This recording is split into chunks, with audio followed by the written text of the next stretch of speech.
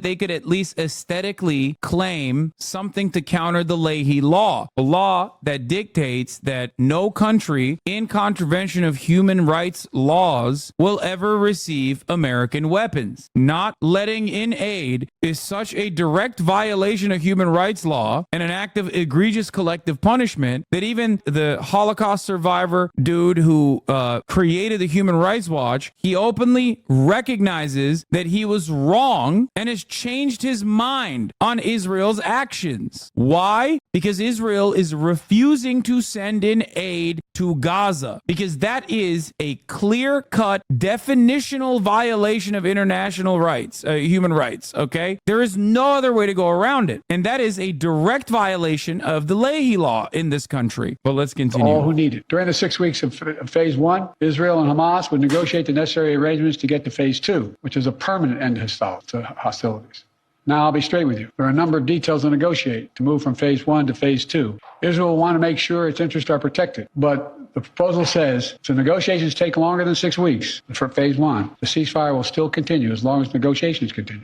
In the United States, Egypt and Qatar would work to ensure negotiations keep going. All agreements, until all the agreements are reached and phase two is able to begin. Then phase two would be an exchange for the release of all remaining living hostages, including male soldiers. Israeli forces would withdraw from Gaza. And as long as Hamas lives up to its commitments, a temporary ceasefire would become, in the words of the Israeli proposal, the cessation of hostilities permanently. End of quote. Cessation of hostilities. It's crazy, man. It's verbatim the Hamas proposal all the way back in February. During the first 45-day phase, all Israeli women hostages, males under 19, the elderly and sick would be released in exchange for female and underage Palestinian security prisoners in Israeli jails. Israel would withdraw troops from the populated areas. Implementation of the second phase would not begin until the sides conclude indirect talks over the requirements needed to end the mutual military operations and return to complete calm. The second phase would include the release of the remaining male hostages and full Israeli withdrawal from all of Gaza. Bodies and remains would be exchanged during the third phase. By the end of the third phase, Hamas would expect the sides to have reached an agreement to an end to the war. The terror group which governs Gaza said in an addendum that the proposal sought to release 1,500 prisoners from Israeli jails, a third of whom it wanted to select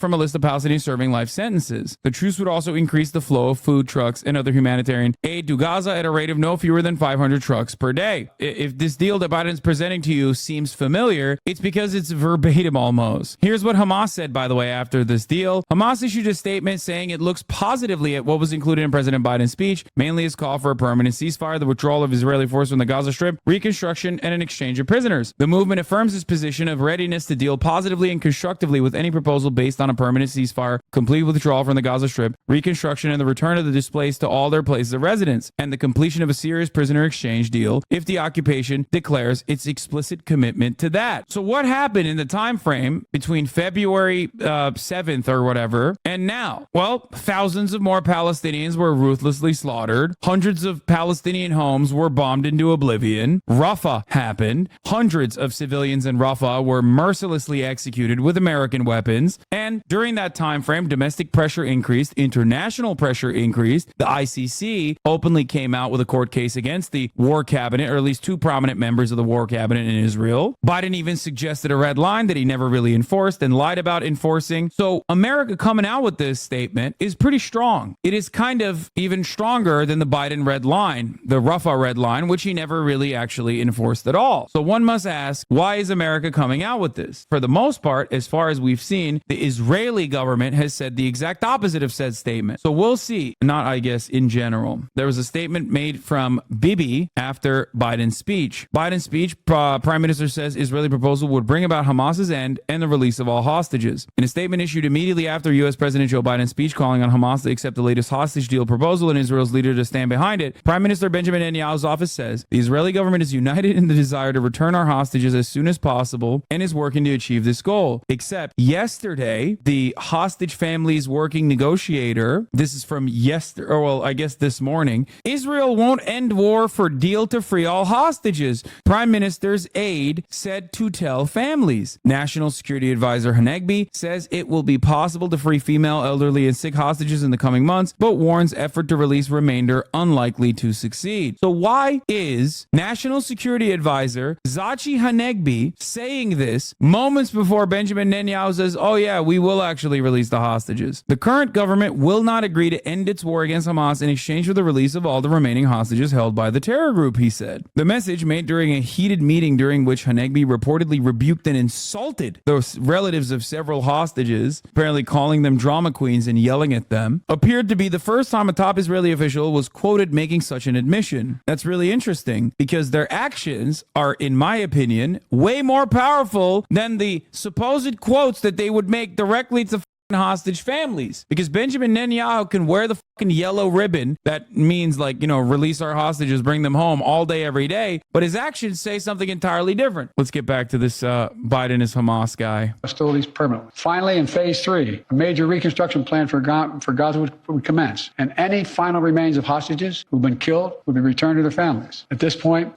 Hamas no longer is capable of carrying out another October 7th. It's one of Israel's main objectives in this war, and quite frankly, a righteous one. I know there are those in Israel who will not agree with this plan and will call for the war to continue indefinitely. Some are even in the government coalition. And they've made it clear they want to occupy Gaza, they want to keep fighting for years, and the hostages are not a priority to them. Well, I've urged the leadership in Israel to stand behind this deal, despite whatever pressure comes. And to the people of Israel, let me say this. As someone who's had a lifelong commitment to Israel, as the only American president who's ever gone to Israel in a time of war, as someone who just sent the U.S. forces to directly defend Israel when it was attacked by Iran, I ask you to take a step back and think what will happen if this moment is lost. We can't lose this moment. Indefinite war in pursuit of an unidentified notion of total victory will not bring Israel, will only bog down Israel and Gaza, draining the economic, military, and human resources, and furthering Israel. He's been the most coherent in a while. Bro, it's because I sped him up. This is what he actually sounds like. Isolation in the world. That will not bring hostages home. That will not bring an enduring defeat of Hamas. That will not bring Israel lasting security. But a comprehensive approach that starts with this deal will bring hostages home and will lead to more secure Israel. Bro, this proposal could have been addressed early October. What changed? What changed, Brandon? Now, the real question is, what will you do to follow through if Israel says fuck you to this, which it seems like it probably will? That's the real question. You didn't enforce a red line in Rafah. What will you do to enforce this proposal? I think this will backfire on Israel again, just like the red line. I've been covering this nonstop, super close. And one thing I've been trying to figure out is what changed in the eyes of the American public that white women started posting about all eyes on Rafah, even if it's a AI image. And I think it's partially because Biden mistakenly said, I have a red line on Rafah, which caused a lot of the Democrats to jump early and basically turn around and go, oh yeah, Biden is doing something. And then they even went forward with one ammunition deployment, stopping like one singular fucking ammo dump. So it caused people to go, oh wait, we can say no to Israel. Never mind. What I now think is that this additional move that Israel might violate again will cause even more people to get mad at Israel, because if Israel does what Israel does all the time, and they have stated that they have an intention of staying in Gaza until 2025, at least January 2025, I think if Israel follows along with that agenda of total victory, even more Barbaras and Deborahs are going to get involved and say, that's crazy. We're done. This is over. It's done. Israel does not understand the power that the Swifties have. I know it sounds stupid to say it like that, but it's something that I've brought up earlier in this conflict, in this genocide, which many yelled at me about. But I understand the power that white women hold. This motherfucking government is going after Ticketmaster. When's the last time they actually effectively prosecuted a monopoly, man? Are you kidding me? The only time that these guys actually work against capital is when the Swifties are on board. And now you got Swifties saying Taylor Swift say something about Gaza. I'm half joking when I say this. Pre-Rafah, pre-tent massacre, there was a lot of buildup, a lot of momentum, but it seemingly went nowhere. Post-Rafah, post-tent massacre, something legitimately changed. I say this as someone who only has the capacity to view this from, my own personal framework, my own personal perspective. Yeah, TikTok has been literally up Israel's for the past 8 months. So much so that Congress moved to ban it and openly stated, we're banning it because we can't control TikTok and the kids are pro-Hamas now. Student encampments didn't do it. The Flower Massacre didn't do it. The World Central Kitchen aid workers being killed didn't do it. So why did the Tent Massacre do it? That's my question. No matter how hard we try to mobilize grassroots, we still do not have a fraction of the influence that the government has and mainstream media has.